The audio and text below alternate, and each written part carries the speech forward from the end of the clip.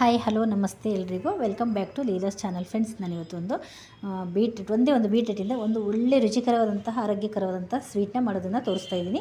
ಅದಕ್ಕೂ ಮುಂಚೆ ನನ್ನ ಚಾನಲ್ಗೆ ದಯವಿಟ್ಟು ಸಬ್ಸ್ಕ್ರೈಬ್ ಮಾಡ್ಕೊಳ್ಳಿ. ಯಾರೆಲ್ಲ ಹಾಗೆ ನೋಡ್ತಿದ್ದೀರಾ ಸಬ್ಸ್ಕ್ರೈಬ್ ಮಾಡ್ಕೊಂಡು ನೋಡ್ರಿ ಅಂತ ಕೇಳ್ಕೊಳ್ತಾ. ನೋಡಿ, ಒಂದು ಬೀಟ್ರೂಟ್ 400 ಗ್ರಾಮ್ದು, ಅರ್ಧ ಕಪ್ ಸಕ್ಕರೆ, ಅರ್ಧ ಕಪ್ಪು ಕಾರ್ನ್ಫ್ಲೋರು, ಒಂದೇ ಕಪ್ ಅಳತೆಯಲ್ಲಿ ಅರ್ಧ ಕಪ್ ಇಟ್ಕೊಂಡಿದ್ದೀನಿ. ತುಪ್ಪ ನೋಡಿ ಎಷ್ಟು ಜಾಸ್ತಿ ಇಟ್ಕೊಂಡಿದ್ದೀನಿ. ಇದರಲ್ಲಿ ಯೂಸ್ ಮಾಡೋದು 3 ಚಮಚ ನಾನು ತುಪ್ಪ ಇಲ್ಲ ಅಂದರೆ ಬೇಕಾದ್ರೆ ನೀವು ಎಣ್ಣೆ ಕೂಡ ಹಾಕೊಂಡು ಮಾಡ್ಕೋಬೋದು.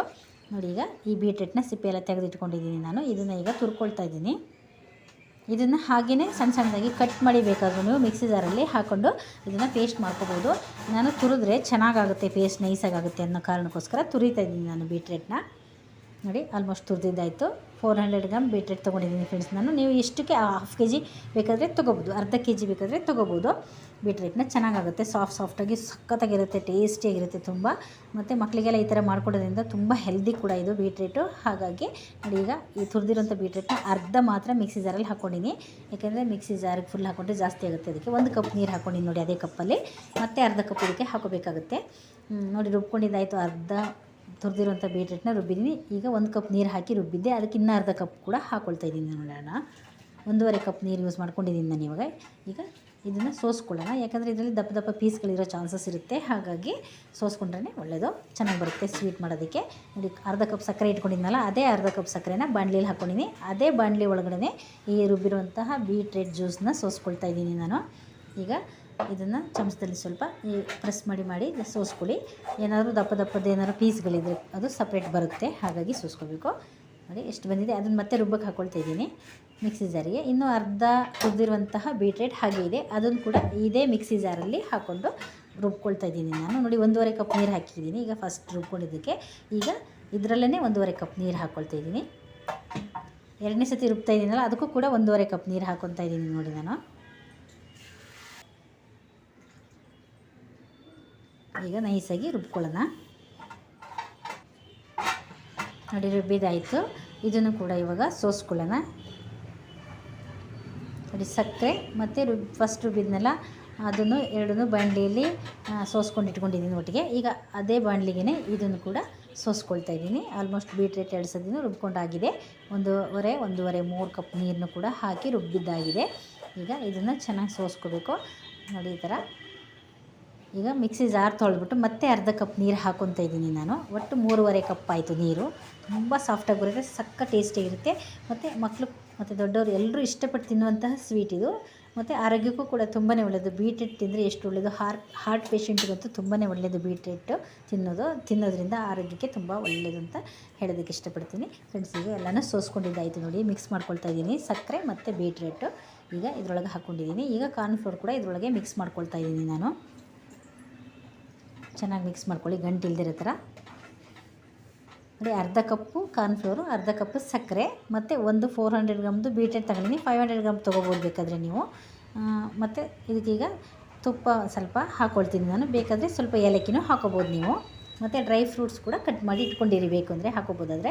ನೋಡಿ, ಈಗ ಒಂದು ಟ್ರೇ ಅಥವಾ ಬಾಕ್ಸ್, ಸ್ವೀಟ್ ಬಾಕ್ಸ್ ಇದ್ದರೆ ಅದರಲ್ಲೇ ಹಾಕೋಬೋದು. ಏನೂ ಇಲ್ಲ ಅಂದರೆ ತಟ್ಟೆಗೆ ಈ ಥರ ತುಪ್ಪ ಸವರ್ಬಿಟ್ಟು ಅದರಲ್ಲಿ ಬೇಕಾದರೂ ನೀವು ರೆಡಿಯಾದಂತಹ ಈ ಒಂದು ಸ್ವೀಟ್ನ ಹಾಕಿಬಿಟ್ಟು ನೀವು ತಣ್ಣಗಾಗಿ ಇಟ್ಟರೆ ಅದು ಕ್ಲೀನಾಗಿ ಶೇಪ್ ತೆಗೆಯೋದಕ್ಕೆ ಚೆನ್ನಾಗಿ ಬರುತ್ತೆ.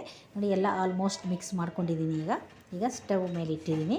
ಸ್ಟವ್ ಹಚ್ಚಿಬಿಟ್ಟು ಈ ಥರ ಮಿಕ್ಸ್ ಮಾಡ್ತಾನೇ ಇರಬೇಕು. ಮೀಡಿಯಮ್ ಫ್ಲೇಮಲ್ಲಿ ಇಟ್ಕೊಂಡಿದ್ದೀನಿ ನಾನು ಫ್ರೆಂಡ್ಸ್, ಹೈ ಫ್ಲೇಮಲ್ಲೆಲ್ಲ ಇಟ್ಕೊಳಕ್ಕೆ ಹೋಗಬೇಡಿ. ಈಗ ಚೆನ್ನಾಗಿ ಈ ಥರ ಮಿಕ್ಸ್ ಮಾಡ್ತಾನೇ ಇರಬೇಕು. ನೋಡಿ, ತಿಕ್ಕಾಗ್ತಾಯಿದೆ ಆಲ್ರೆಡಿ. ನೋಡಿ, ಈಗಾಗಲೇ ಗಟ್ಟಿ ಆಗ್ತಾ ಬರ್ತಿದೆ. ತುಂಬಾ ಈಸಿ, ಅಷ್ಟೇ ಟೇಸ್ಟಿ, ಅಷ್ಟೇ ಈಸಿ ಕೂಡ. ನೋಡಿ, 1 ಚಮಚ ಈಗ ಇಷ್ಟು ಬಂದ ಮೇಲೆ 1 ಚಮಚ ಫಸ್ಟ್ ಚಮಚ ತುಪ್ಪ ಹಾಕ್ಕೊಂಡಿದ್ದೀನಿ ನಾನು. ನಿಜವಾಗ್ಲೂ ಚೆನ್ನಾಗಿರುತ್ತೆ ಫ್ರೆಂಡ್ಸ್, ಸಖತ್ತಾಗಿರುತ್ತೆ ಅಂದರೆ ಅಷ್ಟು ಚೆನ್ನಾಗಿರುತ್ತೆ. ಈಗ ಎರಡನೇದು ನೋಡಿ, 2ನೇ ಚಮಚ ತುಪ್ಪನೂ ಹಾಕ್ಕೊಳ್ತಾ ಇದ್ದೀನಿ ನಾನು. ಇದನ್ನು ಆಲ್ಮೋಸ್ಟ್ ಮಾಡಿ ಮುಗಿಸೋಷ್ಟರಲ್ಲಿ 15ರಿಂದ 20 ನಿಮಿಷ ತೊಗೊಳುತ್ತೆ. ನೋಡಿ, ಈಗ 3ನೇದು ಚಮಚ ತುಪ್ಪ ಕೂಡ ಹಾಕಿದ್ದಾಯಿತು. ನೀವು ತುಪ್ಪ ಇಲ್ಲ ಅಂದರೆ ಒಂದು ವೇಳೆ ಎಣ್ಣೆ ಕೂಡ ಹಾಕೋಬೋದು ಬೇಕಾದರೆ, ಟೇಸ್ಟ್ ಏನು ಚೇಂಜ್ ಆಗೋಲ್ಲ. ಸ್ವಲ್ಪ ಏಲಕ್ಕಿ ಪುಡಿ ಹಾಕ್ಕೊಳ್ಳಿ ತುಪ್ಪ ಹಾಕಲಿಲ್ಲ ಅಂದರೆ. ನಾನಿಲ್ಲಿ ಏಲಕ್ಕಿ ಪುಡಿ ಹಾಕ್ತಿಲ್ಲ, ಯಾಕಂದರೆ ತುಪ್ಪನೇ ತುಂಬ ಚೆನ್ನಾಗಿ ಕಾಯಿಸಿರ್ತೀನಿ, ಘಮ ಅಂತ ಸ್ಮೆಲ್ ಬರ್ತಿರುತ್ತೆ. ಹಾಗಾಗಿ ಏಲಕ್ಕಿ ಹಾಕಿಲ್ಲ ನಾನು.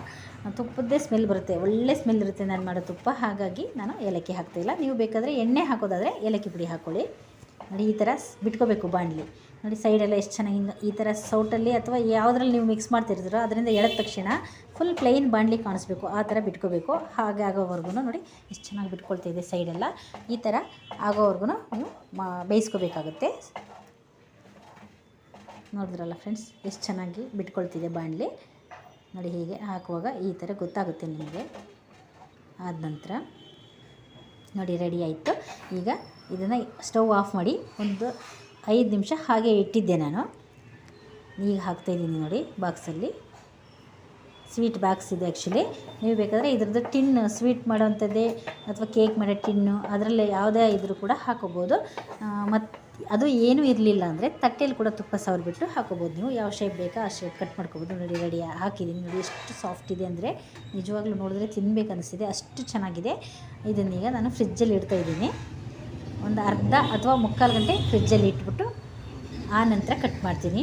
ನೋಡಿ ರೆಡಿ ಆಯಿತು. ಈಗ ಫ್ರಿಜ್ಜಲ್ಲಿ 3/4 ಗಂಟೆ ಇಟ್ಟಿದ್ದೆ ನಾನು. ಇನ್ನೂ ಫುಲ್ ತಣ್ಣಗಾಗಿಲ್ಲ, ಸ್ವಲ್ಪ ಬಿಸಿ ಬಿಸಿ ಬೆಚ್ಚಗಿದೆ.